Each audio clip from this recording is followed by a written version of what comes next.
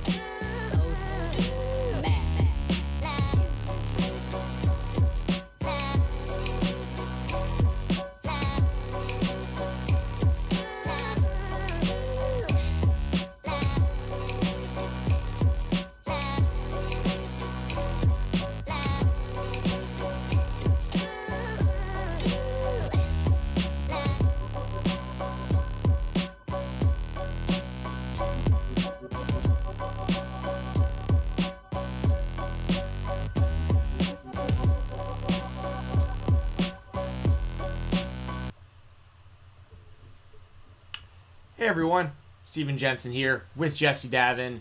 We're going to be talking about a lot today. We have AEW Double or Nothing, which is what we're going to, planning on reviewing today, going into today's show. But obviously there's some really big news in the world of the WWE, so we're going to start off with that today. But before we get going, good to see everyone in the chat. If you have any super chats, Corey, I know you said you sent one earlier. For some reason, we haven't seen it yet, but I see it. Oh, you saw it? Oh, okay. I haven't seen it on my end for some reason. We'll get to that right before we get started, Corey. It's chat revenue $5, but I don't see what it is. Okay. Well, Corey, if you want to attach something to that, just... Oh, there it is. He just sent one in. Okay. Was that a new one? Yeah, it's a new one. Thank you, Corey. Thank you very much, Corey. We really appreciate that. And feel free to ask, some questions in the chat, man. We'll make sure to try to give you your money's worth here since you sent us those super chats already. But yeah, before we get started, as always, the super chats like Corey, has already been generous enough to do. Anyone who sends those, we answer your questions. We'll read out your statements. If you have any thoughts on the WWE releases, if you have any thoughts on AEW Double or Nothing, if you have any thoughts on anything at all, even if it isn't pro wrestling related, whatever it is, super chats take priority. And this also goes on the Fight Talk podcast feed, my audio feed tomorrow. So all the listeners will also hear all your questions and hear all your statements and all that stuff. But before we get started, Jessi, how are you doing today? I'm doing good, hanging just a little bit under the weather, but whatever. Just feeling for all these people getting released today. This is nuts. Like, my goodness. Yeah, like I saw Sean Ross Sapp tweeting yesterday about how today was potentially going to be a very busy day for him, and I see why now. So, yeah, yeah. I mean, we'll get started with that here in just a second. I want to know y'all's thoughts in the chat too. I mean, once again, super chats take priority, but if you have any thoughts, like I really do want to see y'all's thoughts on like these WWE releases because these kind of came. I mean, some more so than others, but a lot of these were like pretty surprising. So, anything else going on with you, Jessi, before we like get into the news? No, I don't think so. Well, there you go. I don't know. I'm trying to think.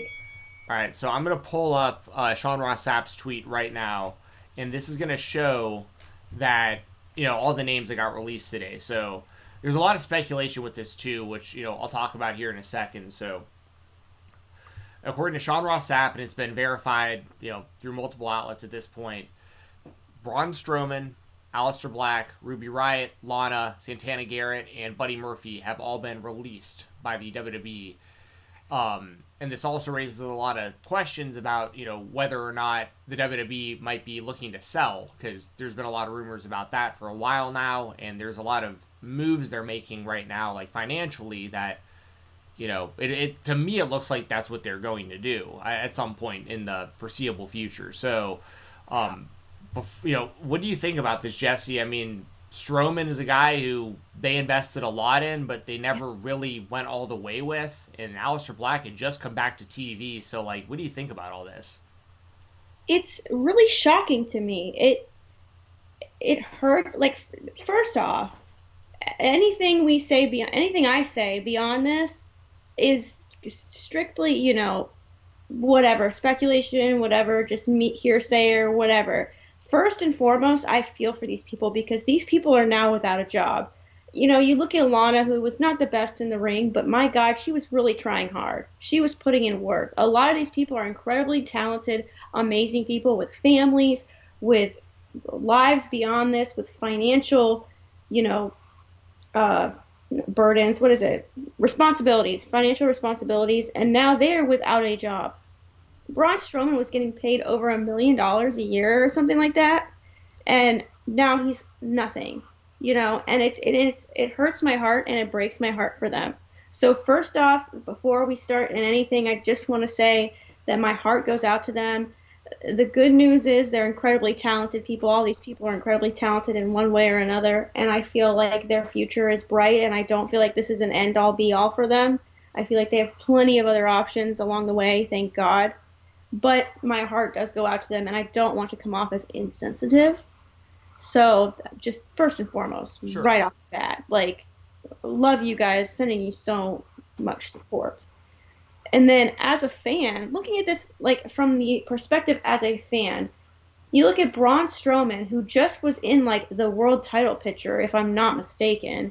He's been, pushed and pushed and pushed on WWE television. They added choo-choo train noises to some of his stuff. I mean, they've really pushed him. You look at Aleister Black. The choo-choo noises pushed me out of watching the show, by the way. But anyways, yeah. I know, but I mean, they were trying something with them, No, I know what you mean. I'm just saying, like, I thought it was all corny, but like they clearly like had plans for him, right? They clearly had plans for him. You look at Aleister Black, who literally just came back, just debuted again, like just reemerged, and we were all excited and we were all anticipating what the future was. He was just starting a program with Big E. You have Ruby Riott, who was part of the Riott Squad, which was a fantastic group. You have Lana, who was literally in a feud, like last night on TV, or was it last night or Friday? It was Friday, wasn't it? I haven't watched.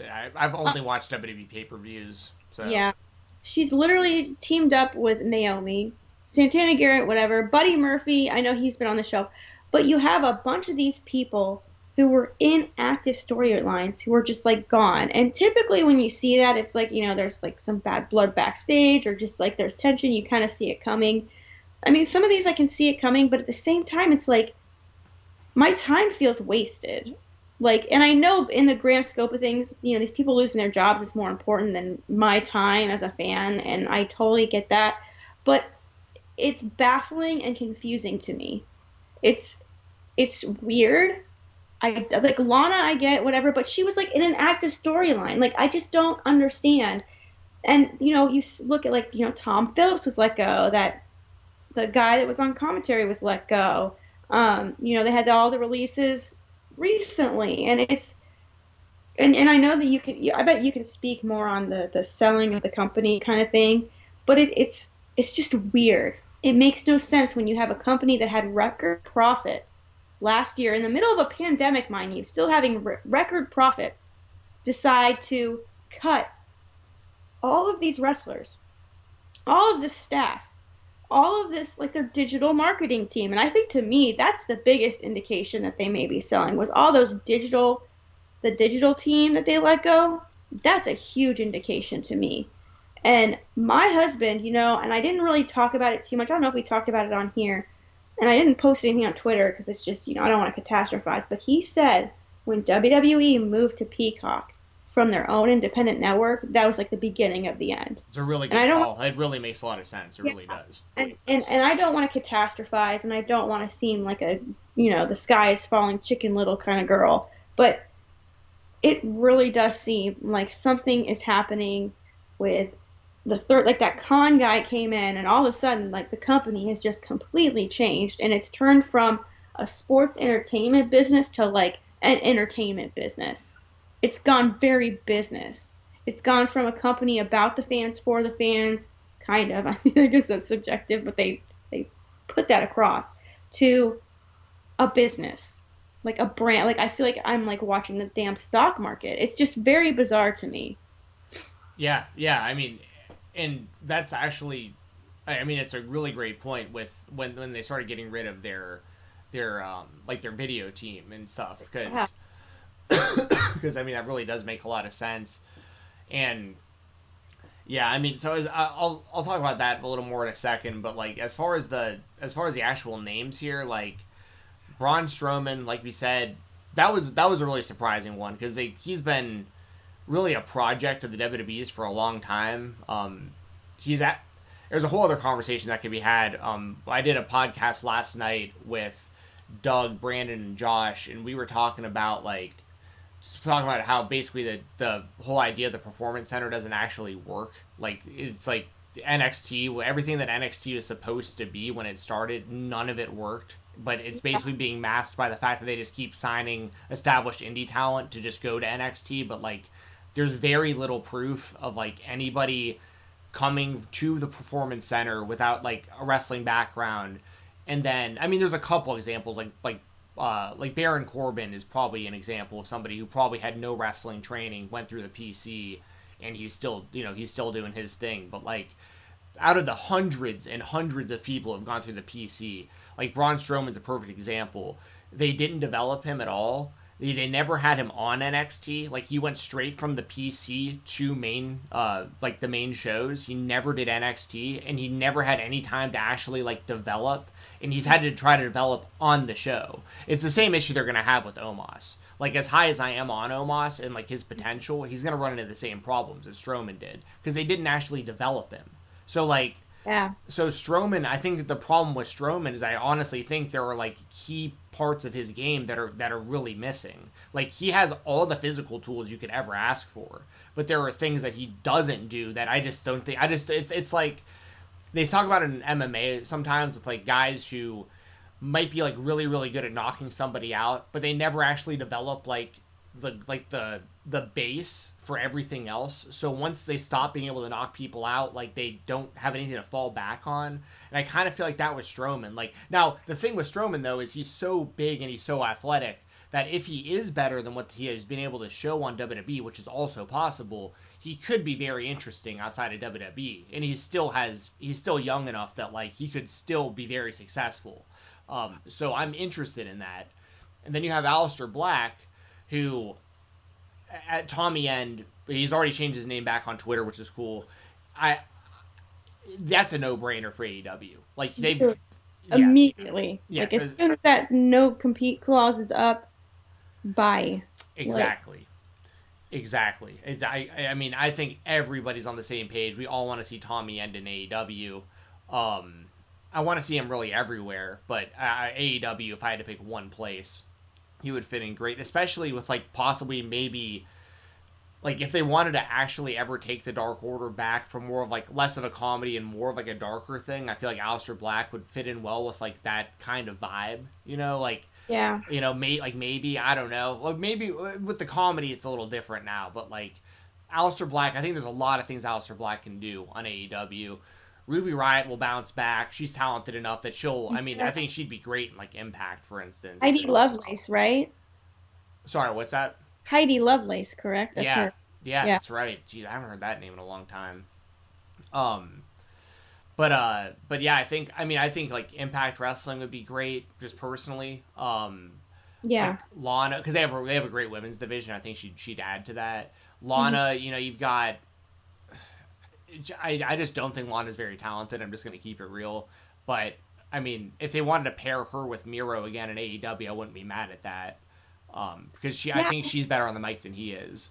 I feel like if they brought back Lana, the manager, like the Russian manager, like I don't know if something to that effect, like when she was like his manager, she was on point. She was great. Yes. She was good on the mic. She was a great heel.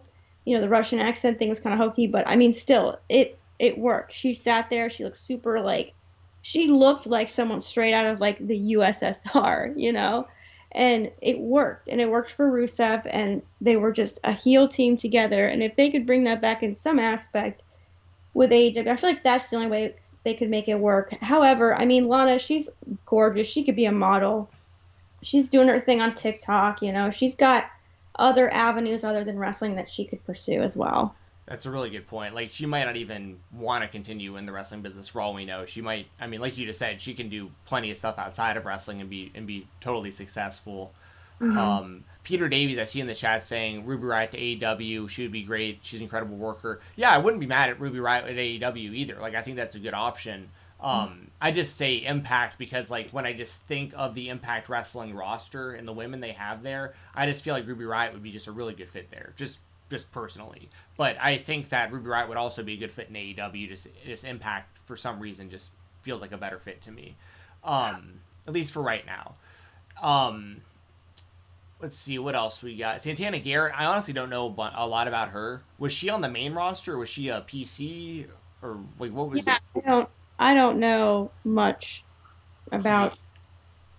Yeah, I'm very out of the loop on the WWE for the most part. So, and then Buddy Murphy, of course.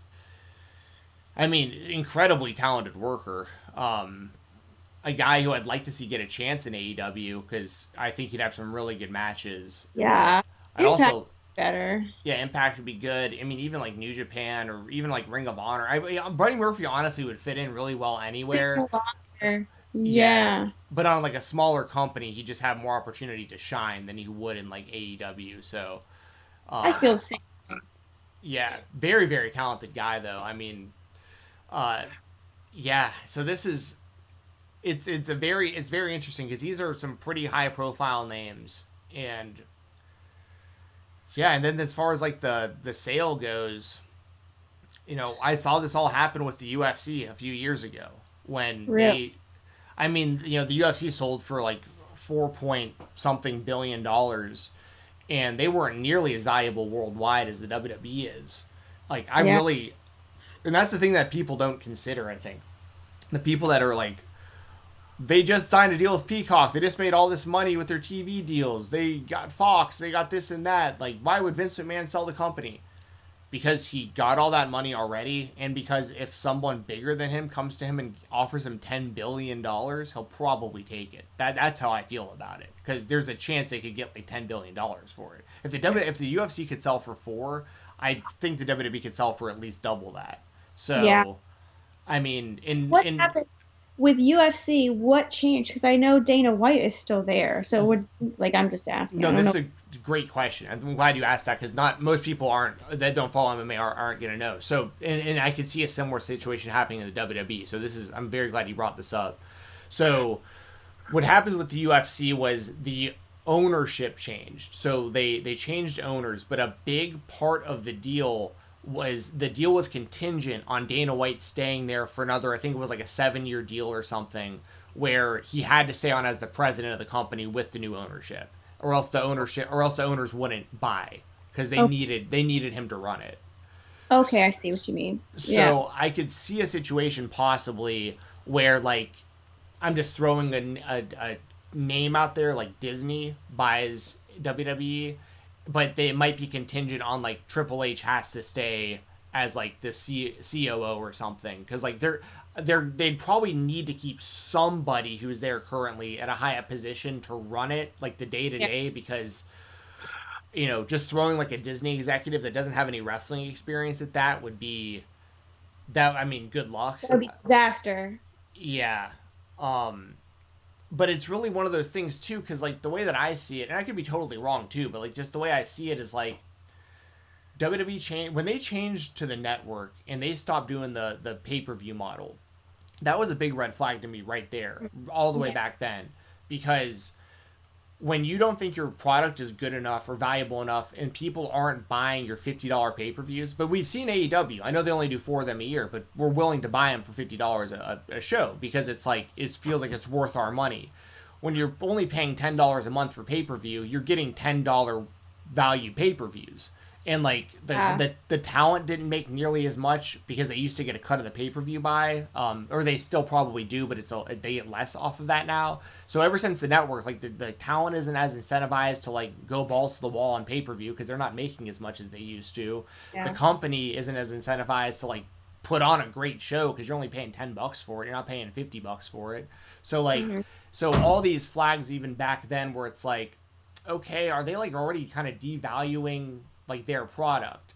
And then when they started selling to all these networks recently, and then especially when they sold to Peacock, it was like, oh, okay, like it looks like they're trying to put all of this on another company. Like, and then that, and what's really interesting and what makes me think they're going to sell it even more is as they become more popular worldwide and as they make more money than they've ever made, the least amount of people are actually watching the show. Which is so wild to me. Right.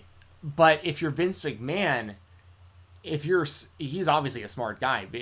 Yeah. Incredibly intelligent guy, obviously. I mean, his booking of pro wrestling in today's era blows, but like business-wise, maybe the smartest guy ever in wrestling. He's got to be seeing this trend, and it's like, I've made all this money. The product is going like this on TV. Like, why wouldn't I just take the bag? Like, go if you want to start more football leagues or like run something new or just enjoy retirement, like your last, who knows how many years on earth, like just enjoy it and not be working 24/7. And it's like, but like I said, someone would have to stay back unless they completely change what the WWE is, which is also possible, right? They might just eventually make it to where like the WWE has hardly anything to do with wrestling, and they basically are just trying to make characters that can cross over into like movies, and you know what I mean? It's basically like having a roster of actors is how it really feels like, The next John Cena, who's the next Rock, who's the next, stuff right. like that. And you see them get in the ring and get physical every now and then, but they're not going to really ever have like great matches. The stories are always probably going to suck, but you're going to get to see, you might see Roman Reigns in The Mandalorian or whatever, right? Or I guess we've seen Sasha Banks do that. Yeah. But or even wilder, they might do like a Pinocchio remake, like the cartoon or something, and like you get Lashley and Pocahontas or something. I don't know, but like. That's what it feels like it's all heading to for me. So. Yep. We did get another super chat. And see you, Corey. Thank you so much for being so active in the chat. We appreciate you so much. And Ahmed, thank you so much. We did miss you. Thank you. Yeah, what's up? Yes. Yeah, I mean, this is just crazy to me. I never in a million years would have thought that Vince McMahon would sell the company. I always thought, his pride would be above that. However, with what you've said, it makes sense. Why not take $10 billion and slowly transfer the power to whoever? Who are they going to sell it to? NBC? I mean, I really don't know. That would make the most sense probably.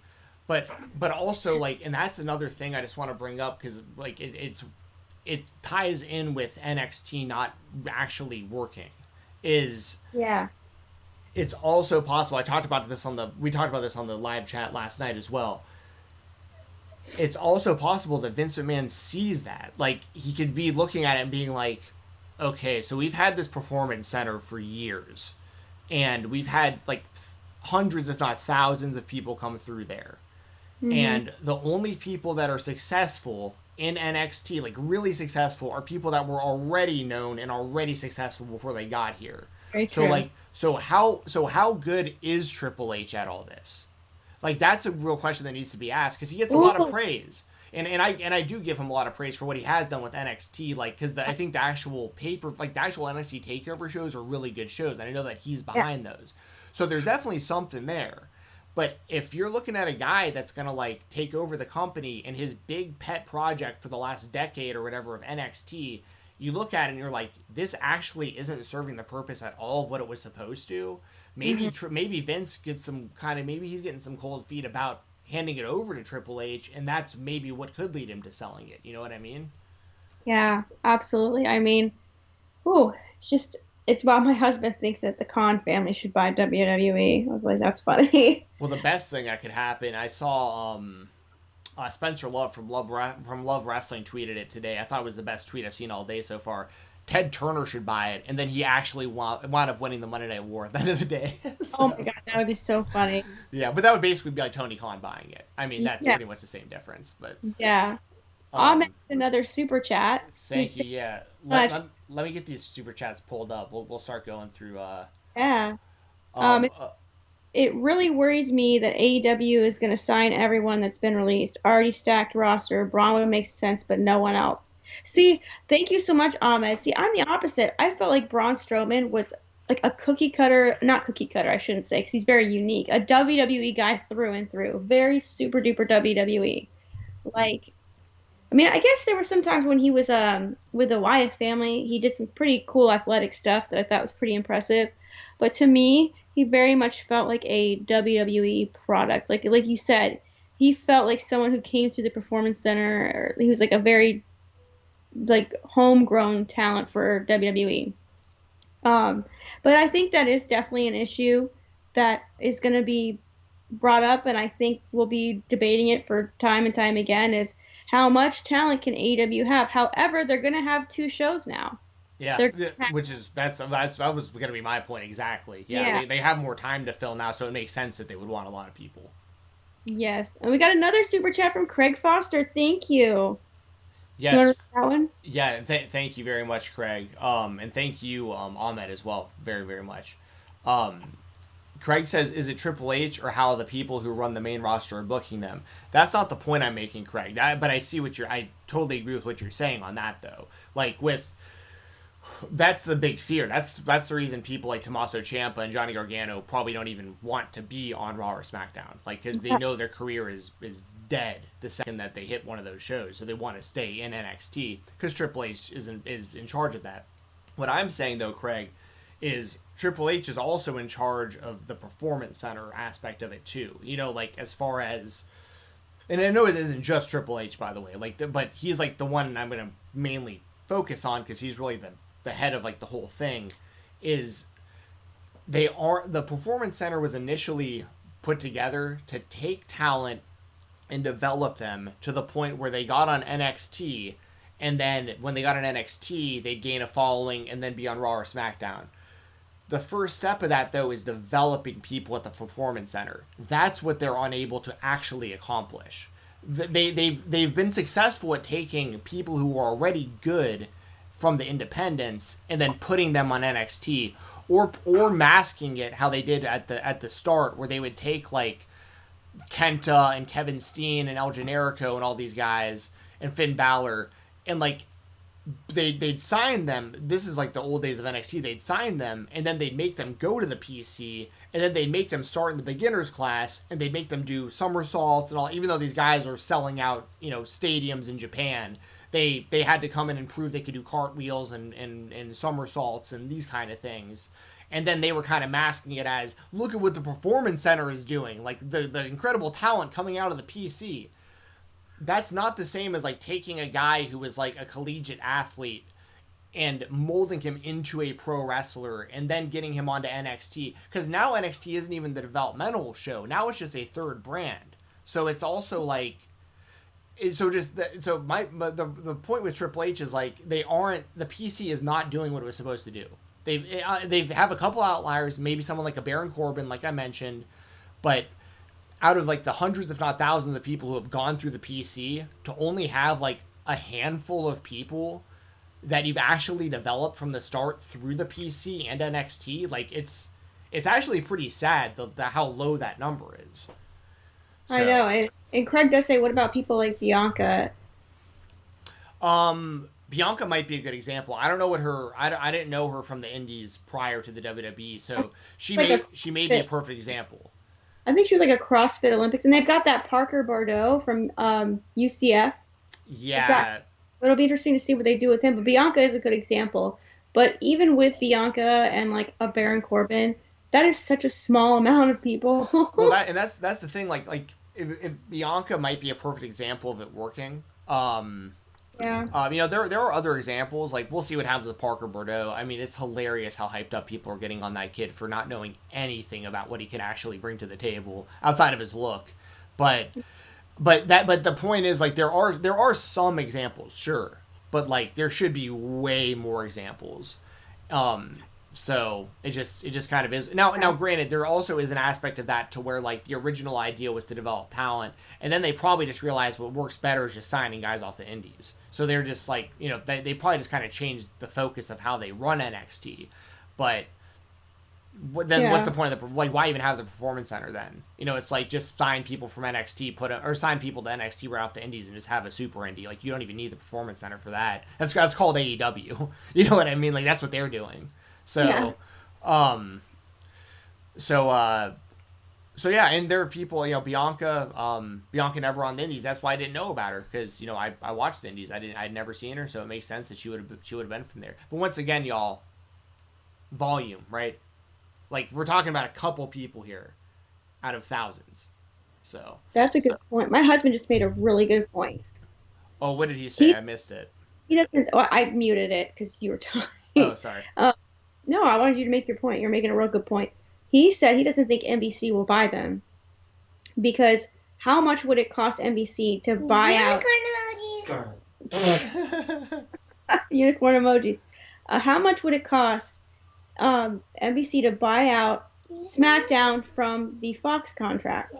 And NBC also is very, very invested in NFL football. You really think NBC is going to invest and run a pay-per-view on a Sunday to compete with their other product in football? Yeah, they wouldn't. I mean, that would be a very strange business move if they did that. So that makes sense. Yeah. He says NBC would take it down to the 4 big pay-per-views. Which would actually be a really good idea, probably, to be honest. Yeah. But that would be a really good idea. Oh, we got another super chat. Wow, thank you, Ahmed. Wow, big one. Thank you so much. It says, how many entrance songs have you recognized from the Casino Battle Royal? It was necessary to announce all their names, and that's all because not enough TV time, using unsigned wrestlers on Dynamite.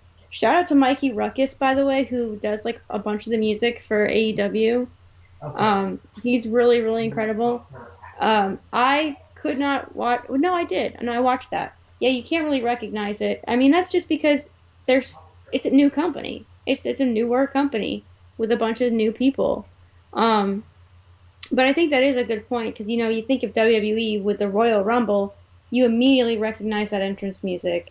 But I really think it's because we've kind of been trained that way, and that's more kind of like the main roster. But when you have like a Casino Battle Royal of like all these people that are like brand new, it's kind of hard. So that's actually a really good point, but I think it's just got to give it time. You just got to give it time. Yeah, I'm totally with you. And the thing with the Battle Royal too is also like I respect that AEW is trying to do something different with the Casino Battle Royal, but I don't think I love the idea of like the groups entering the way that they do. Like, I mean, I don't hate it, but I don't know. Like, it's just kind of weird to me. Like drawing the spades and like 5 people come out or whatever. It's kind of weird. But once again, what's that? It was very tight. You could tell it was a time constraint.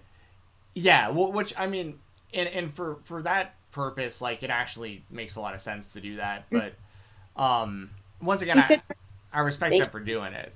Yeah, he said with another super chat. Thank you so much. That's the third Double or Nothing. Very true, but it's the third casino battle. It is the third casino battle royal.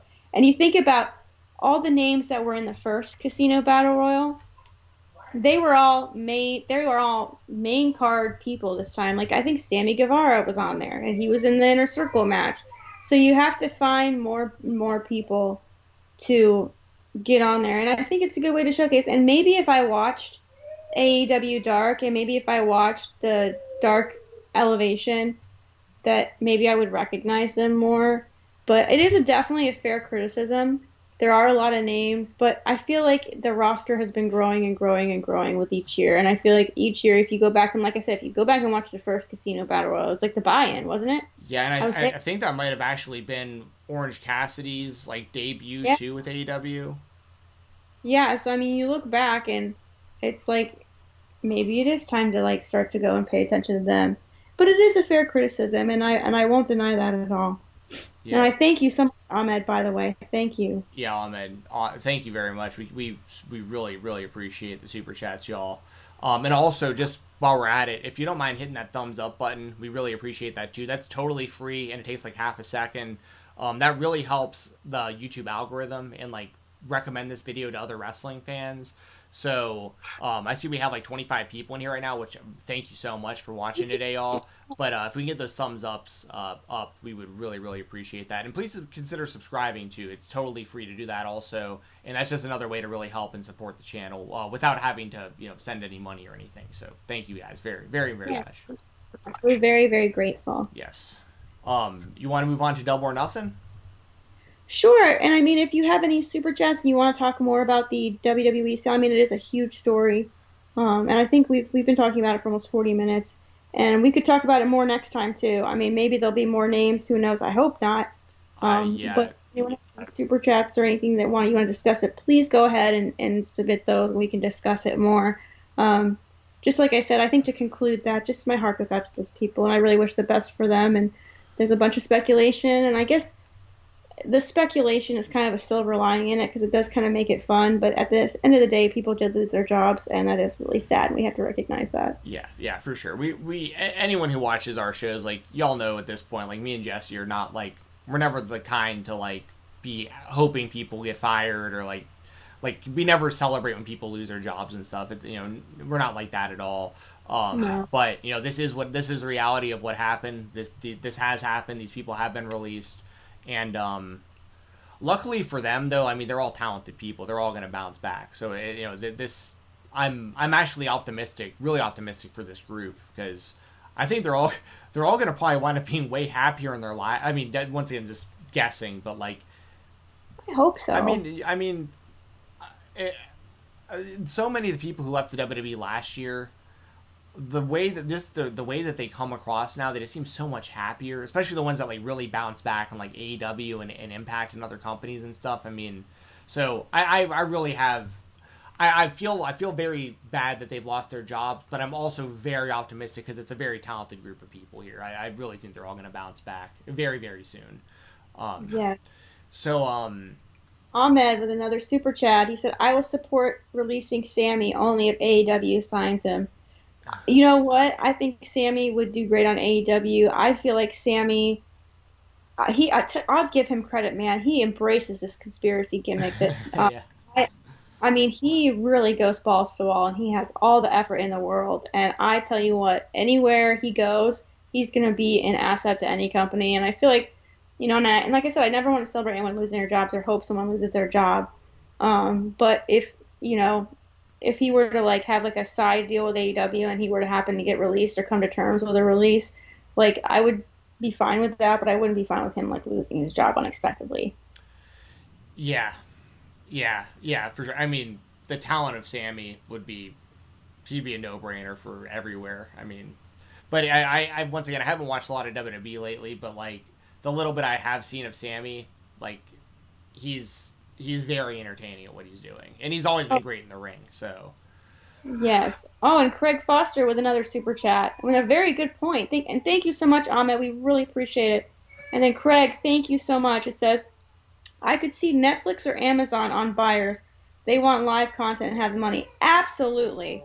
Absolutely. I feel like Amazon would be, because, Bezos, he like takes a poop and it's $10 billion. That is nothing to him. That's like chump change. That would be a good way because they want to do like NFL games. You see them doing like MLB sometimes. I know they do like hockey and stuff like that. I think even I feel like they're trying really hard to get into the sports aspect and the sports platform of it. So I could definitely see Amazon, Netflix. I don't know. The Netflix interface to me just doesn't seem like a live sports kind of thing. Maybe for like the network, because the network did have a very similar interface to Netflix. However, I think Amazon would definitely be a big buy. Yeah, I think these are both really good options, Craig. And I'm with you, Jesse. I don't really see that for Netflix, but they've dabbled with wrestling. Like I know that they had Lucha Underground at one point, not live, but um, I mean the case I would make for Netflix would be that they're losing all their other content to the streaming sites that actually own these shows and movies.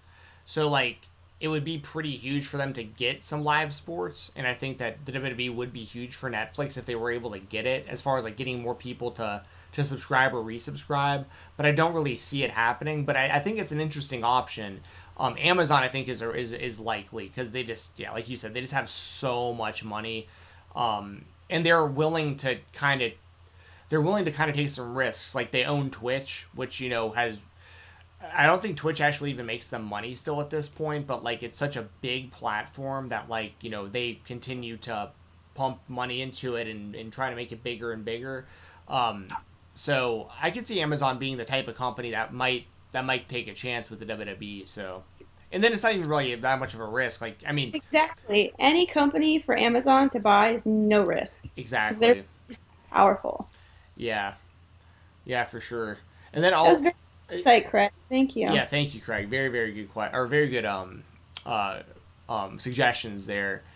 And the last thing I'll say, just I don't want to speculate. But I'm just gonna throw it out there because people are getting released, and I the I'm trying to say I'm trying to say this in the least controversial way, I guess. But like I'm pretty much just like waiting to hear the name Keith Lee.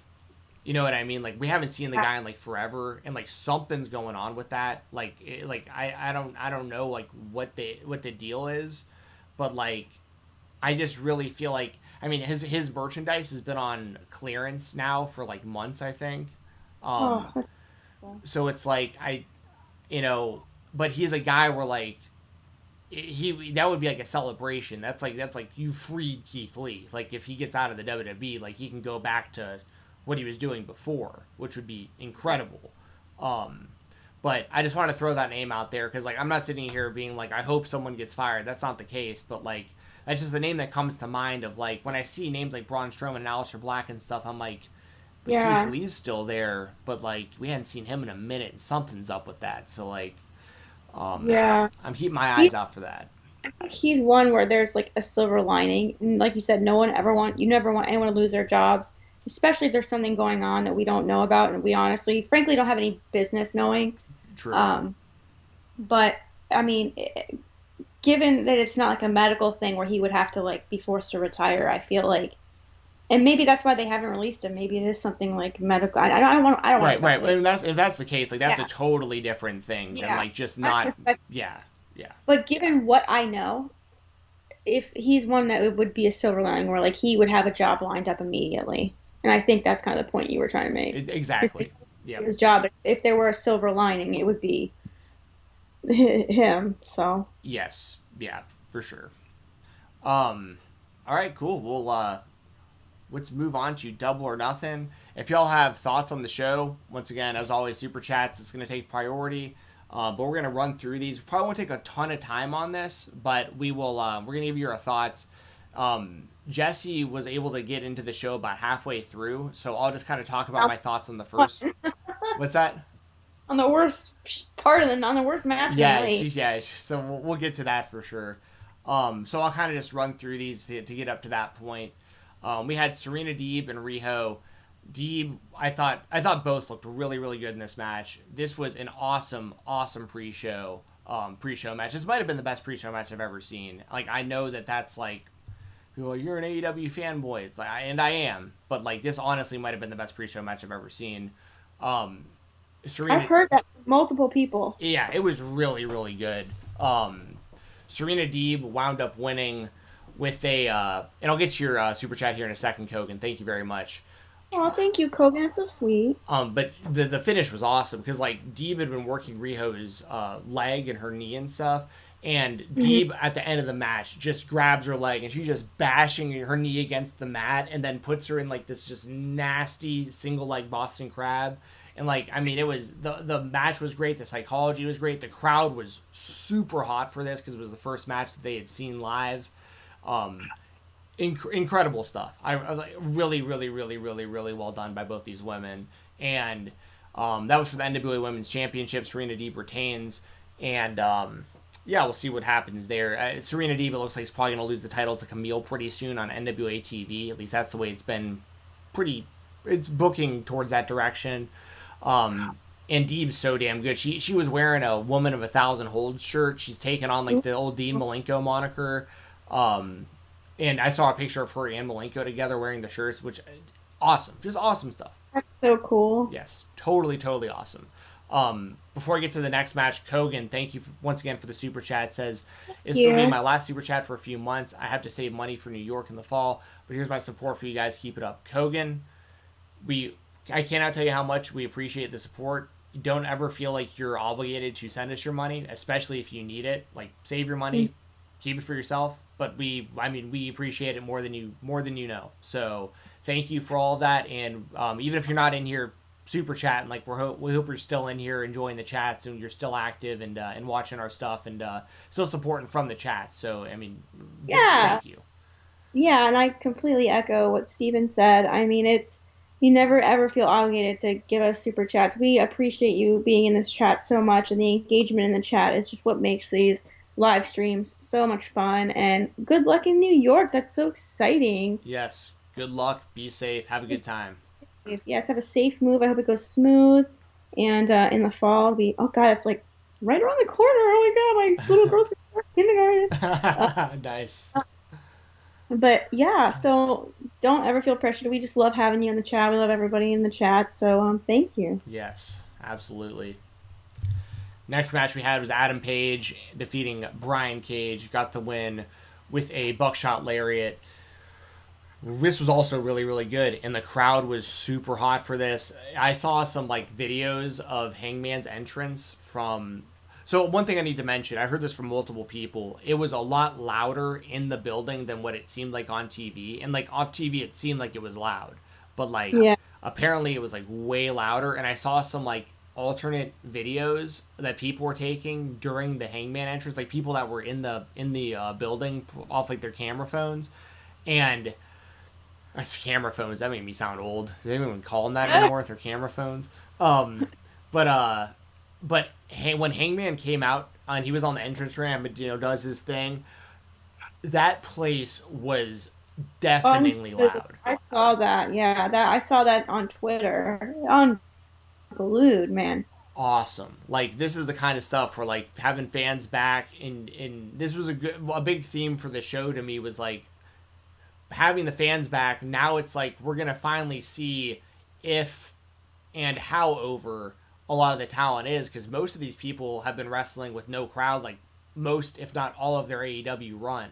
So like Hangman, we knew Hangman was over, pre-pandemic. He was getting one of the biggest reactions already, but like you didn't know how it was gonna go, because like it's been this whole year off from fans. He's kind of done like the Dark Order thing. Like you didn't really know like how. I mean, I knew the fans would cheer him, but like he came out and it's like, yep, that's your next world champion. Like that is the kind of pop you're looking for a actual superstar in your company, right there.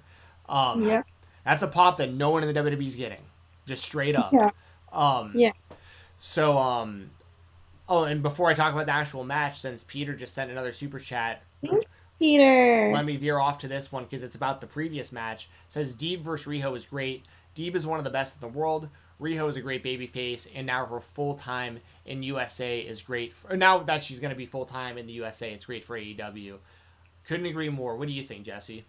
I could not agree more. Thank you so much, Peter. I think that I did see that on Twitter. I was at my daughter's recital during this, so sorry I came in and the Bleacher Report app is not working on my TV. It's crashing.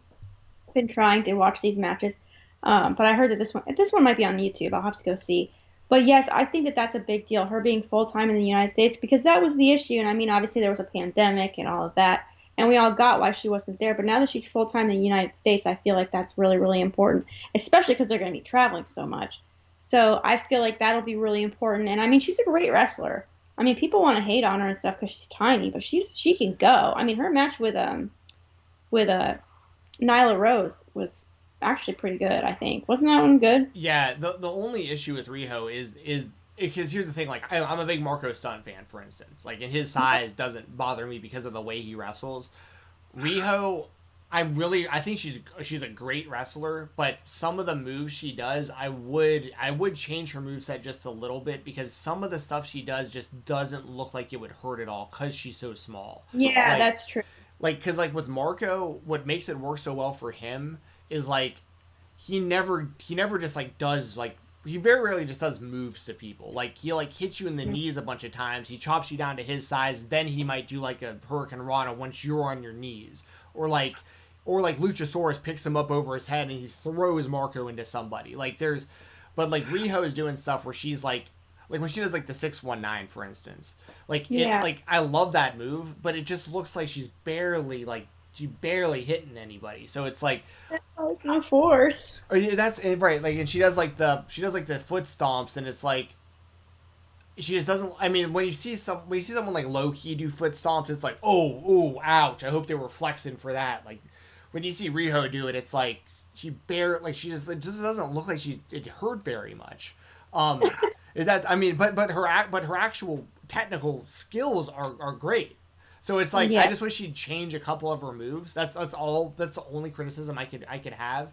But I'm also definitely not complaining. Like I said, I thought Riho versus Serena Deeb was the best pre-show match I've ever seen, and it was honestly probably one of the top 3 matches of the entire show. So like, I'm not hating on Riho by any stretch of the imagination, but like, if I had to make any criticism, I would change a couple of those little things to maybe suit her moveset a little bit better, to where like it looks like she's hurting her opponent a little bit more. That's all I'm saying. Yeah. Ahmed with a super chat. Let me get to that one, Ahmed, once I get to the next match. All right, because I'll definitely talk about that. Thank you. Thank you. So anyway, the Hangman and Brian Cage match, it was really good. Hangman was incredibly over with the crowd. Brian Cage is really, really, really damn good for a guy his size, as like bulky as he is. I heard that it was paced as a Hangman Page match, and Brian Cage kept up with it. Oh yeah, 100%. And I wasn't surprised by that, because Brian Cage has always been really impressive. But like, this was a really, really, really good match. And Hangman winning made total sense, and the finish made sense, because they're continuing the split of Brian Cage from Team Taz, and hopefully they do a story. We were talking about this on the live chat yesterday, but like, I hope they do a story where, I think it was actually Josh's idea from the show yesterday. He was saying that Brian Cage, because they haven't done anything with the FTW title, maybe they finally do a story where like now Team Taz is putting people against Brian Cage to try to get the title back into Team Taz, because Cage is gonna leave with it. So, but anyway, really, really good. The moral of this one is, Hangman Page is insanely over, and they just need to continue to push him. I mean, they're doing everything right with him. The next match, and this goes along with Ahmed's super chat. Thank you once again, Ahmed. Says, Mox grabbing that beer off the fans and drinking it, not giving an F for COVID, had me melting down. That match is the best out of all of the pay-per-view. Yes, that was after the match. Mox grabbed a beer and chugged it after. Before. What's that? During his entrance. Oh, was it during the entrance? Yeah, because I was trying to watch it on my phone. I couldn't remember that. Now the entrance was incredible, like the Wild Thing entrance. Wild Thing works for both of them together, so good, and especially with a full crowd.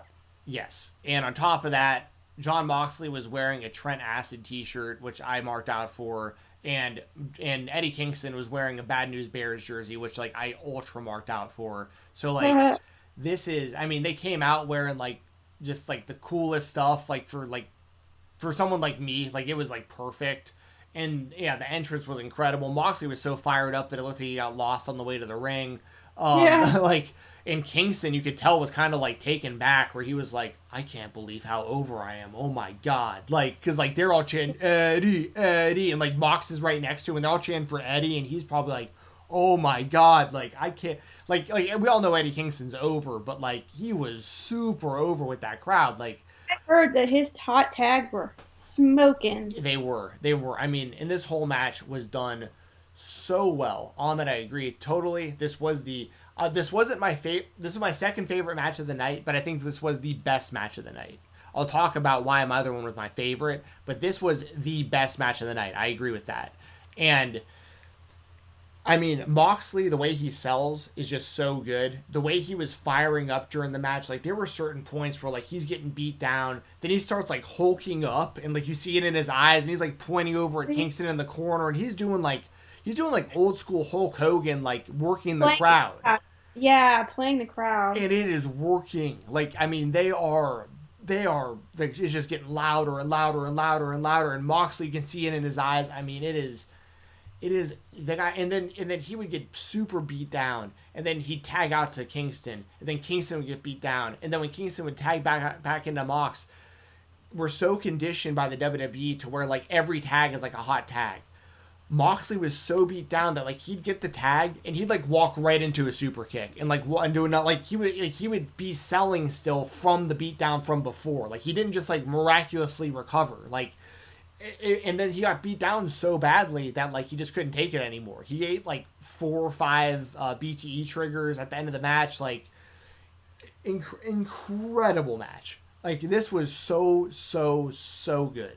This is one, Jessi, I know you said you need to get caught up. Like this, you have to go out of your way to watch this as soon as possible. I will always watch a Young Bucks match, especially a Young Bucks pay-per-view match. They always deliver, man. They hate the Young Bucks all you want. I get it. They always deliver on pay-per-view. Yes, 100%, 100%.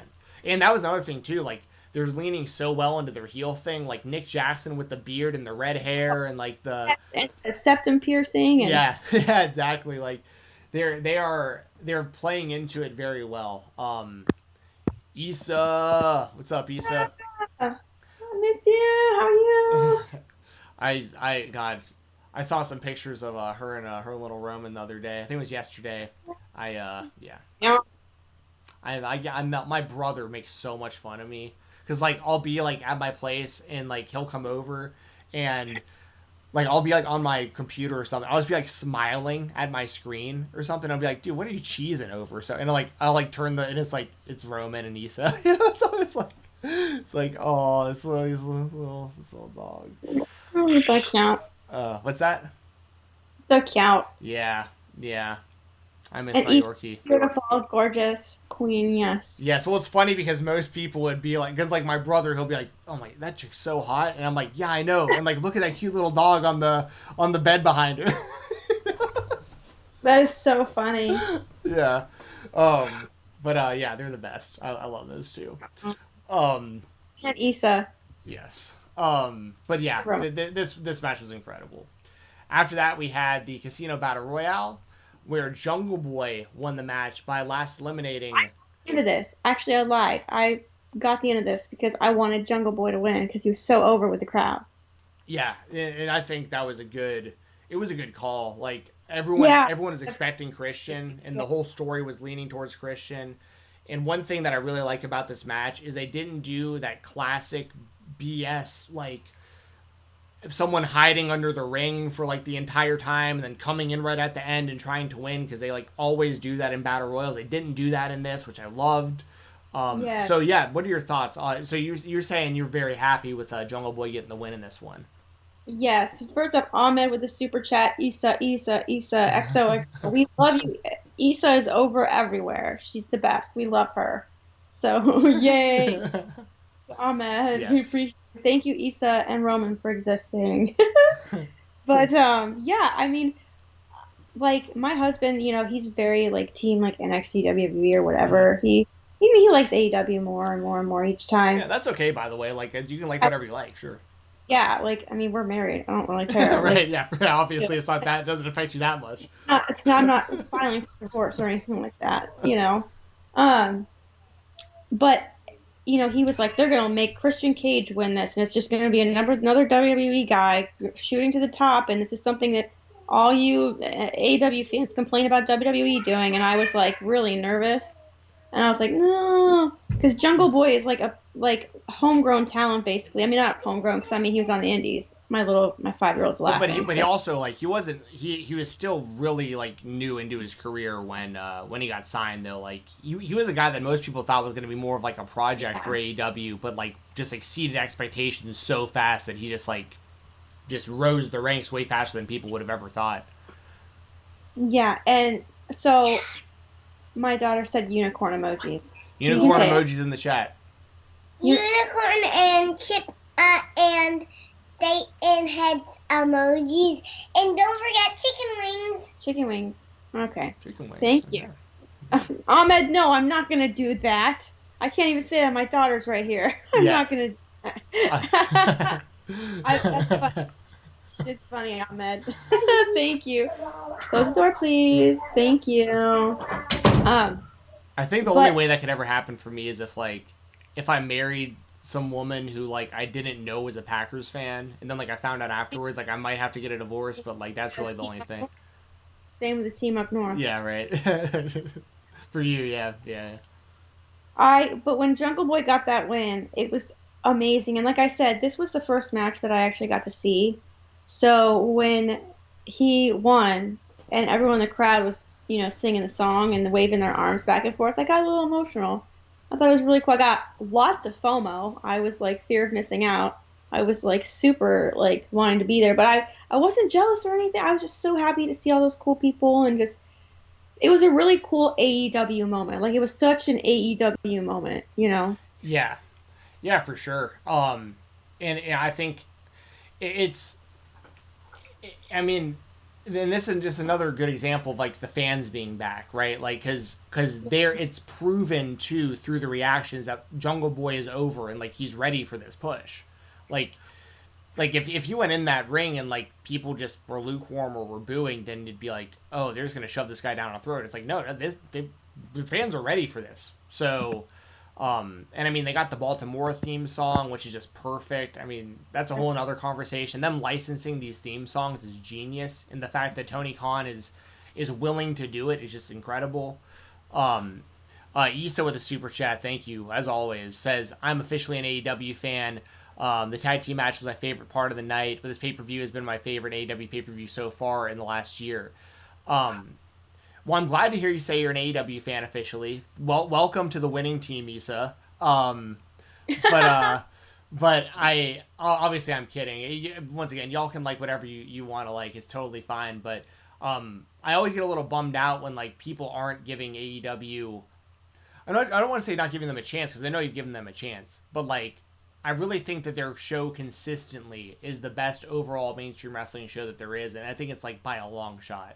So like I love seeing more fans like you, Issa, that are saying that, where it's like you're mainly known for, talking about the WWE and all that, but like the fact that you're saying this tag team match was incredible and this show won you over and you're a fan of the company, like that's really big to hear from people who are mainly known for like WWE, you know what I mean? So I love hearing that, Issa. That's awesome.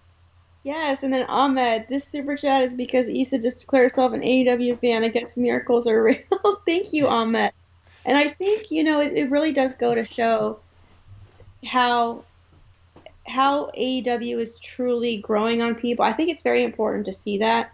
And I think that, and this is not speaking for Issa, and this has nothing to do with Issa, but I also think that the shows going on 2 separate nights, with that happening, you're going to see a lot more of that. You're going to see a lot more people like willing to step back and like not be as loyal. I'm not saying that Issa was. I'm just saying that I feel like there'll be a lot more people going, wow, I really like this company, and I'm not like I don't have to choose a side now. I can like both, but now I can really like, I can appreciate AEW for what it is, and it really does feel like the fans' company. Yeah. And not like a hokey like we're going to cater to everybody kind of way. It just feels like especially with this last show, it'll be really interesting to see with the crowds being back and with WWE as well, I guess, but more so with AEW, how they adapt the storylines based on who's over Yeah, with the, you know. yeah, for sure. And I think another thing that's worth mentioning too is like the next match we'll talk about, that was definitely like a low point of the show, and we'll get to that. But for the overall, I think also what probably helps fans like Issa is like this show didn't really give you a reason to like there's been these other AEW shows with like Right, the we like talked about that. the dud explosion. Yes, And we talked about that. We said we need a show that doesn't do that. exactly, like the Jericho fall onto the pillows. You know what I mean? It's like they're their AEW was leaving it open in those scenarios, like for the criticism. They'd hit it out of the park. Like the show would be like a great show from start to finish, and then they would just do this one thing at the very end that would just be like, why did you have to do that last thing? You could have just turned the camera off 3 minutes ago, and everything would have been great. So like AEW didn't even give people the chance for that this time, which I think is part of why some fans might be kind of turning the corner a little bit now, because it's like, what bad can you really say? Like, this is a great show. There's a lot of great matches, and like they didn't have some wacky, stupid, ending or something. Yeah, definitely. And Craig with a super chat. Thank you so much, Craig. It says maybe AEW needs to get control of their Twitter fans. It's such a turnoff to the brand. Plus, they have a couple people I didn't like at WWE. Craig, like, if they have people you don't like at WWE, that is totally and completely valid, and I completely understand that.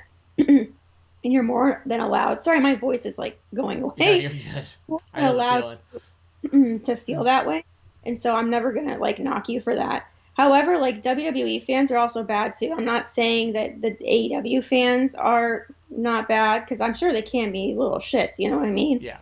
But for me to expect, like, for me, I get a lot of criticism from WWE fans or like Stan Twitter. Like, for me to expect, like, say, just for example, like the Sasha stans came after me for some reason. Like, I would never disrespect Sasha. I would never expect Sasha to have to like control her fans. I feel like the fans should help control the other fans. You know what I mean? So, like, if you ever see, Craig, if you ever get, like, shit from AEW fans, like, let me know. I'll tell these people to be respectful, because at the end of the day, we're all just trying to enjoy a product, and we're all trying to have fun, and that's not cool. And I'm really sorry if you've had a bad experience with, like, AEW Twitter people, or any Twitter people in general. I just don't think that's cool, because I think that your opinion is valid, and you're allowed to have your own opinions.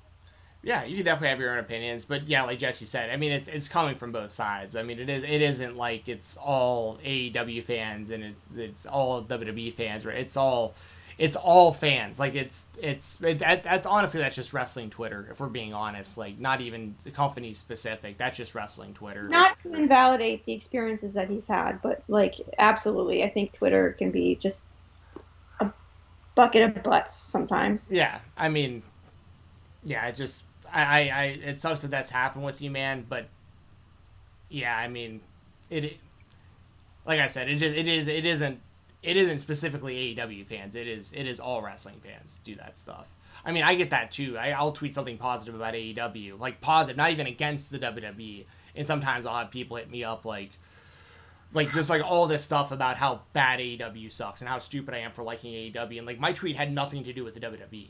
It's like, Yeah. okay, like, why do you hate that so much that I like this show? It's strange to me. Like the same thing. I never go after WWE fans. I think Monday Night Raw is the worst show on television. Not even wrestling related. I think it's just the worst show on television. But I don't tweet about it really. I don't really care. So, but Craig, thank you again for the super chat. And once again, your opinion is very valid, and we we don't like seeing anyone get attacked or bullied or anything. Like, that's no fun for anybody. But yeah, just know that, there's a lot of good AEW fans out there too. So, thank you for the super chat. We appreciate it. Absolutely. Next match we had. This was rough. So we had Cody defeating Anthony Ogogo This was a polarizing match for a lot of reasons. There's like half the people loved the build, half the people hated the build. Like it depends specifically on how you feel about Cody, basically. And the match itself, this just wasn't good. Anthony Ogogo, I'm sorry, he just is not ready for this spot. I'm just gonna keep it real. He just isn't. That part of it's on Cody, part of it's on the build. Part of it, Anthony like wasn't terrible, but like he isn't. He's very, very, very green, and this just wasn't good. The crowd was totally dead. And I think that the finish was. I don't know what the initial finish was supposed to be, but I really feel like Cody, because Cody won with a vertebreaker. He never uses that as a finisher. Yeah, I really feel like he hit that move and he just told Ogogo not to kick out. It's just like, this is terrible. We got to get out of here. Yeah. So that's how I feel about it. This match sucked. So. Yeah, this sucked. And I think it really sucks because Cody can put on really great matches. I mean, my God, the first Double or Nothing, he had the match of the freaking year with his brother. Yep. Jesus Christ. But like you said, this build has just been like, it was super blah. I think people are over the whole like American versus British, like the whole like country pride kind of thing. Well, I feel like especially a people, country we're not like at war with or anything. yeah, You know what I like, mean? there are bros over there. You know what I mean? Like, what the heck? They're like, they're our ally. Like, a bunch of us are like have a fair amount of British or Irish or Scottish. I know that they're not all the same, but we all have some of that in us. So it's like it was just really weird. I don't get it. It sucked. It sucked for both of them. It was just super lackluster. And I know that Twitter isn't indicative of like the vast wrestling fandom, but at this you could tell kind of. I mean, people wanted to sing Cody's theme, but like Cody just needs to turn heel. They needed to do a double turn. I don't know, but like you said, Anthony Ogogo's just not ready for this. It was just really weird, and it's even weirder because Cody's probably going to be taking a short break. Because Brandon's going to be giving birth soon. So, I don't know, maybe it was just a way to, like, fizzle him out for a little bit and have him come back and be kind of anew sometime down the road. But it was weird. It was weird. Yeah, it really was. Kogan says the vertebreaker is an awesome move and that should be a finisher, but it felt like a weird ending. I couldn't agree more. The vertebreaker is one of my favorite moves in wrestling history, but Cody's never used it as a finisher. That's why it's so suspect for me. But and I think obviously anyone who follows any of my stuff, I'm a humongous Cody fan. I'm always going to be. I'm always going to support the guy. But like, I think a part of the reason this didn't work is the American Dream, Dusty Rhodes. Like that was the common man, like the overweight, like American, like worked his ass off to get where he was, came from nothing, and like the American Dream, Cody Rhodes. Like, he's a good-looking guy who we always see wearing suits, who's, like, had a great upbringing, who, like, you know what I mean? So it's like, he doesn't really personify what the American Dream Dusty Rhodes character was. He's actually the exact opposit of it. But that's why I think he'd be so great as a heel. Like, for those exact reasons. So, because, like, if his vision of the American Dream is, like, being rich, then that's different than just being, like, the common man. So, like, that's if they start kind of leaning into it that way, it could get interesting. But I think we're all on the same page. I think we all think Cody needs to turn heel. So yeah, definitely. So I'll agree. Cool. And yeah, just a disappointing match. And I got probably about another 15 minutes I can go, Jessi. My brother just got over here. We're gonna be hitting Dave and Buster's, so they got the.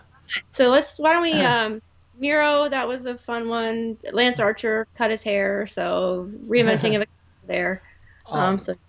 For this one, I want to bring up real quick. The people I was watching the show with, I was watching with my brother and my friend Hughes, who's always over for AEW. We're all in agreement here. Like Lance Archer is like he could be like the top guy in the whole show.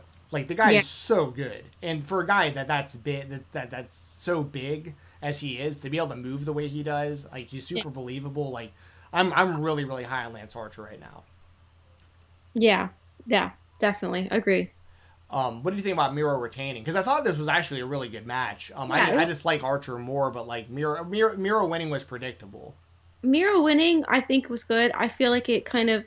I don't like hot potato with the titles, even though I like Lance Archer. I feel like it was a smart move to build him up as a reputable champion. So worked. Yeah, for sure. And the only part of this match I'll just say that I didn't really like was when Jake the Snake came out and they threw like Yeah, the fake snake. And the thing for that is like, I understand the reason they brought Jake in to be with Archer because they probably weren't sure. They wanted to like guarantee that Archer would make a connection with the crowd, but Archer is good enough on the microphone that he doesn't need him anymore. Like he'd be totally fine on his own. So Yeah, he would.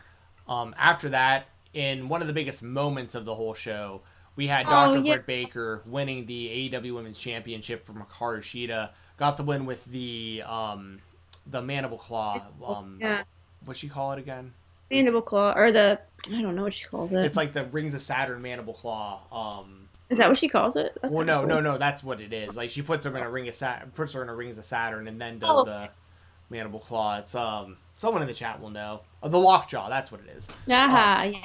Yeah, I love this. This was very predictable, but this is exactly what we wanted, and this is a perfect example of AEW just doing what makes sense and just doing what the fans want. I love this. How did you feel about Britt Baker? What do you think about this match? I thought the match was a little sloppy, I'll be honest, but like the result is what we needed to get to. So It was a little sloppy, but I really enjoyed it. I felt like there were some good near falls and stuff like that. I felt like it was overall the good outweighed the bad. And I really did enjoy it, and I loved seeing Britt Baker win in front of her parents, and then Tony coming out and giving her a big hug at the end was just super cool. It was the moment we needed, and it's Britt Baker's time. It's her time to be champion, so I'm real excited for her reign. I'm really excited to see what kind of joy she will bring us. yeah, and I think we talked about it last week on here, and if we didn't, I think I just imagine being like Britt Baker and Adam Cole right now, like the two of them, like their minds for wrestling right now, like they're both on like such a high level, and they're both around each other so much that like they have to be benefiting from, like, you know what I mean? It's like if you if you live with someone and you're around someone that much that's also as passionate about you as this, like that's probably why they're like, that's probably a big reason why Britt has gotten so good so quickly. Like she is, in my opinion, she's by far the most improved wrestler of the last year. I mean, and part of that is I'm sure her determination, and another part is probably Adam Cole, like, you know, being like, yo, this worked for me, like go try this, and then like she does it and she's like, oh, this worked, and like then when I did this, like this worked, and then now he's got a new thing to try, and then he gives her something new to try, and like they're probably just constantly bouncing stuff off of each other, and they're both so good. So good. Please, one day, Adam Cole, come to AEW, do the right thing. This match, I'm going to get my thoughts out of the way real quick on this, and then I'm going to jump to you for pretty much the rest of this. Sting and Darby Allin defeating Ethan Page and Scorpio Sky. This was my favorite match of the whole night. I am a huge Sting fan. Everyone knows that. I'm a huge Darby Allin fan. I'm a huge Ethan Page fan. I'm a huge Scorpio Sky fan. I think that this match was really, really good. The cinematic stuff heading into the match, I think, works really well for Sting and Darby when they're like do like the black and white video before they get to the ring. Yes. I mean, this was the big moment for me. I marked out when it happened when I was watching live. My big question coming into this one was, does Sting pop that T-shirt off? Because that's the big question. Because when Sting was in TNA, there was two very different Stings. There was Sting, and then there was Sting in a T-shirt. And Sting in a T-shirt, you never really got the real Sting. Yeah. In this match, he comes out, takes a back body drop or a vertical suplex, something, onto the entrance ramp, completely no-sells it, stands up, pops the shirt off, and then jumps off of, does like the dive onto the outside.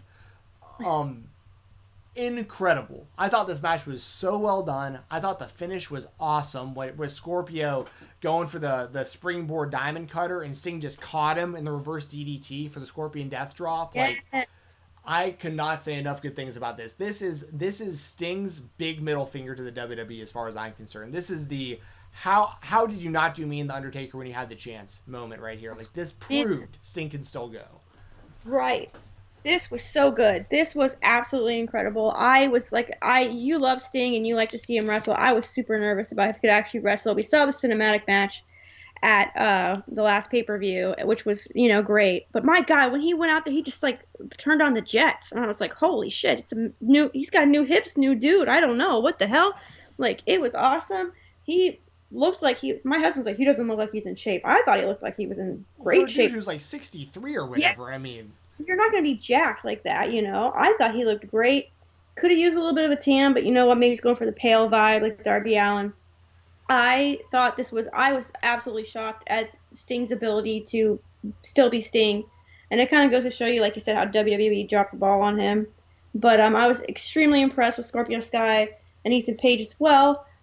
This was definitely fun. Definitely did not expect it to be that good. And obviously, as we predicted, Sting got the win with Scorpion Death Drop, and it was fun. Yeah, loved it. Absolutely loved it. So, yeah. If y'all haven't seen this match for some reason, and you were a fan of Sting growing up, like this is it. Like, it might not get any better than this. I don't know if they'll be able to top this. I think that eventually, like the long-term story has to be, whenever they know Sting isn't going to be, like, whenever Sting knows, like, it's time and, like, he needs to retire for good, which obviously is going to be in the near future. I don't think he's going to be doing this very long. As long as he loses to Darby clean on the way out, which I think will be what happens, this is all just been very, very, very well done. Absolutely. After that, we had Kenny Omega retaining the AEW World Championship over Orange Cassidy and Pac. What do you think about this one, Jessi? You're a big Kenny Omega fan. Do you think this was what did you think about this match, and what do you think about Kenny retaining? Because obviously we expected Kenny to retain, but what did you think about this one? We expected Kenny to retain, but I'll tell you what, there were a few moments there where I really thought Orange Cassidy was going to pull it off, or I thought that Pac was going to, tap him out. I really did enjoy this match. This was a really great triple threat match. This was... Yeah. Charlotte agrees. Yes. And so I really did enjoy it. There were near falls that had me shaking and quaking and freaking out. I thought it was really well done. And Kenny Omega, he's the heel. He's a bad guy. And it worked. And the way that he won was very heelish. And, Orange Cassidy's super over. It'll be interesting to see how they go. It'll be really interesting to see how they go from there. So, honey, we don't have time. But I mean, obviously Kenny Omega's got to win because he's got all of the belts. So yeah, for sure. And like you said, I thought this was really, really well done, and they made it pretty convincing a few times that Orange Cassidy might actually win. So that's all I was asking for. We all knew Kenny would retain, but just give me a couple moments of doubt where, like, I really feel like someone else might win. And they did it. They pulled it off. Thought this match was really, really good. Kenny Omega winning totally makes sense. Keep collecting belts. And just, hopefully he holds on to this title for a long time. So, really, really good stuff. And they already have announced that we're going to get Kenny Omega versus Jungle Boy in 2 weeks on Dynamite. So, ooh, that's when it's going to be. Yep, that's going to be awesome. Once again, I think we all expect Kenny Omega to retain. But as long as they make it to where Jungle Boy almost wins a couple times, like, that's going to be huge for him. So, all good stuff here. I was thoroughly entertained by the title match. Mm-hmm. Last thing we have here, Stadium Stampede. Inner Circle defeats the Pinnacle, which I think was surprising for a lot of people, including myself. But it makes sense. It makes sense now when you think about it, because this is the first show back with a live crowd. To end on a happy note is probably the right move to go. Yeah, and I think that was their big vision for the end of the show, was like the whole crowd chanting or singing Judas. Like, I think that was like their big plan. But I'm gonna be honest, I really didn't like this match. I liked the ending of it. I thought that was good. But I'm really, honestly, I'm pretty over the cinematic stuff. Like, I really liked the Sting and Darby versus Team Taz one, but now that there's crowds back and stuff, I just don't see nearly the same kind of need for it. Maybe they'll go back to it with Matt Hardy at some point, because that's kind of his thing. But, like, I just really wasn't that into the cinematic. But now I know I got to get your thoughts, because, I mean, a lot of your predictions wound up happening. Your boy Urban Meyer. All I want to talk about is Urban Meyer. That I don't care about anything else that happened in this match. I don't care. I did not think it was going to happen. And all of a sudden, Jericho and MJF are fighting. And then all of a sudden he walks in, and it's Urban Meyer and Charlie Strong scheming up an internal linebacker kind of thing on the, oh God, it was so funny. That was the best. When when you have two passions in life, and my two passions are Ohio State football and wrestling, when they come together, it's like Nirvana. It was a cool, Yeah, no, for sure. and it wasn't bad. It worked, and it was funny. And like, he hands him like the laptop, and then Urban Meyer, Mr. Christian, Mr. like, Urban Meyer, like he was a college coach. Yeah, it was kind of controversial, but whatever. To hear him say "Holy shit" was the funniest thing. I popped. I'm surprised I didn't wake up the whole house. I loved that part. That was the best part. That made this match for me. It made it better than last year for me. But I get last year was probably better because it was fun. But like you said, I do agree. I think the whole cinematic match thing was very much a pandemic era kind of thing to do. And I do appreciate that the match did end in the ring. I feel like they had to do that. I think that was important. But yeah, I feel like even though it was kind of fun, it was very much a pandemic kind of thing. So I feel like it's time to bring it back. Yeah. Yeah. Yeah. I feel the same exact way. And then yeah, the inner circle, they win, so they don't have to break up, and I'd imagine we'll continue to get Pinnacle versus Inner Circle. Like eventually, it's got to be another big Jericho and MJF match. Like they had the one that kind of kicked the feud off, but I feel like they got to do that again at some point soon. But we'll see where it all goes. But yeah, Inner Circle gets the win, and that was a pay-per-view. If you had to give it like I know, well, it'd be a hard one for you to answer because you haven't seen the first few matches. But I'll say, like, if I had to score it out of 10, honestly, I'd probably give it like the Cody match wasn't good. Didn't love Stadium Stampede. But, I mean, we're still probably talking like an 8 out of 10 show. I mean, this is like a really damn good show. I was going to say about an 8 out of 10. And it was a feel-good show, and I know that Craig in the chat was kind of saying that it was kind of predictable. That's completely fair, but I feel like for the first show back with fans, I feel like it kind of had to be predictable a little bit. You had to kind of go the safe route a little bit. You don't really want to go too bold when you've got the fans back for the first time, full capacity. I don't feel like that's a smart business move. But I still think they were able to pull it off in a way that was really well done. Yeah, and here's the thing. I say this all the time. I say it about the WWE too, because they do the opposite of this. A lot of the time, just doing the predictable thing that makes sense, just do it. Like, I don't because at the end of the day, like, all wrestling fans are going to have an idea of like what they think will happen. Like, there's going to be stories that are portrayed in certain ways and wrestlers around that, like, everyone's going to be kind of thinking the same thing. The problem with the WWE is like, they'll go, okay, what's everybody thinks going to happen? Okay, yeah, that totally makes sense. That's the best story right there. Okay, let's do the opposite of that to swerve them. Like, that's the problem, and that makes their show suck. With AEW, a lot of the time it's like if Hangman Page beats Kenny Omega for the title, which is what like everybody expects to happen, everyone's gonna love it.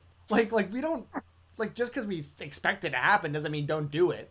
Like, we want it, do it. So yeah.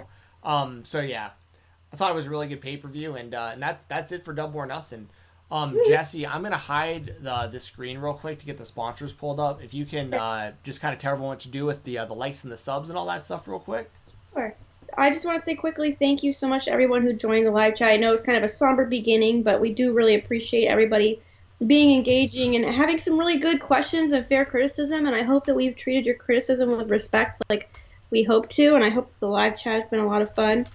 If you do like this live chat and you like this video, I would really appreciate if you considered subscribing to the channel and giving this video a thumbs up. It really does help the algorithm. It gets cool, like-minded people back into the chat.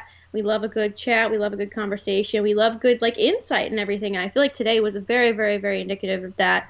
So if you could give this video a thumbs up, and please do consider subscribing if you haven't already. Perfect. Thank you. And that was perfect timing to get this pulled up. Give a shout out to our sponsors real quick, and we'll get on out of here. Starting off with Music City Toys and Collectibles. They are the place to be for all autographs, all wrestling memorabilia. I mean, really everything. I get a lot of action figures from them. They got 8x10s. They got old magazines. They got everything. And they don't just have pro wrestling stuff. They have sports stuff. They have MMA stuff. They have some Ninja Turtle stuff, comic book stuff. I mean, they got a little bit of everything. And they have a physical location at 101 West Main Street in Waterton, Tennessee. That's WATERTOWN, Tennessee, at 101 West Main Street. Can't say enough good things. They are good people. They'll give you fair business. They do claim sales and live auctions on their Facebook page pretty often. Check them out. If you're a collector, you cannot go wrong with Music City Toys and Collectibles. And make sure to follow them on all social media at Music City Toys. And check out their new website, which is musiccitytoys.biz. We actually have a little Fight Talk podcast spot on their partners page over there, so check it out. Also, shout out to WrestleRumble.com. Obviously, they're the place to be for all pick'em contests for pro wrestling. They also have insane belt raffles and giveaways. The Double or Nothing contest is obviously over, but the winner for that got $1,000. Second and third both got $100, and they also gave away 5 replica United States Championship belts of they had 5 different versions of United States Championships that they gave away. So that was all through WrestleRumble.com. They're the best. Check them out. Make sure to go to WrestleRumble.com to participate in the contest, and make sure to follow them on all social media at WrestleRumble. Shout out to IndependentWrestling.tv. If you want to check out this is the best $10 a month, in my opinion, that you can spend on anything for pro wrestling. If you're not satisfied with the WWE product and you're tired of paying them, I would highly recommend checking out some new stuff. I've showed it before on here, just for the sake of proving a point. I did this last time, but I'll do it again real quick. I mean, just to give you an example, these are all the promotions on this channel or on this website, right? Promotions, and these promotions have multiple shows. Some of them have hundreds of shows. This is like a quick scroll, right? You can see it's still loading. These are all different companies. I mean, you have an infinite source of independent professional wrestling right here. If you want to check it out, use code FIGHTTALK, FIGHTTALK, all as one word with no space. Put that in the promo code spot. Helps support the podcast. It helps me, Jessi, Mose, Doug, everybody who I have involved with this show on the audio side for the Fight Talk podcast. So really, really, really appreciate that when you use code Fight Talk on IndependentWrestling.tv or IWTV.live. And last but never least, shout out to my brother Brian Jensen, who I think is in my living room right now. This is his Instagram. You can check him out at BoxingATL. It's BoxingATL. He is a owner of Steel Boxing and Athletics, and he can help you in a wide variety of ways. Whether you're looking to throw hands, get in better shape, want to compete at an amateur or professional level in really any kind of combat sports, or even if you have any kind of neurological issue, if you have MS, Parkinson's, whatever the case is, he is certified to help you in a wide variety of stuff. He'll help you reach your goals. It doesn't matter what size you are, what your background is, what your level of athleticism is, doesn't matter. He can help you. If you're in the Atlanta, Georgia area, you can come to his gym. You can meet him in person at your work or in a park or, whatever's easiest, what's most convenient. If you're not in the Atlanta, Georgia area, he can help you online. He can help you remotely, set up Zoom calls, that kind of stuff. The best way to get in touch with him is to follow him once again on Instagram at BoxingATL, BoxingATL. And along with the rest of our sponsors, if you let them know that you heard of us or heard of them through us, I promise you get a really good deal on whatever you're looking for. So that'll do it for the sponsors. If you want to follow me on Twitter, my Twitter is FightTalk_, FIGHTTALK_. And Jessi, I'm going to get you pulled up right here as well, if you want to tell people about your stuff on here as well. Sure. Obviously, you can follow me on Twitter. That's the best way to follow me. But if you want more content from me, go to OnlyFans, onlyfans.com/Jessi the Buckeye.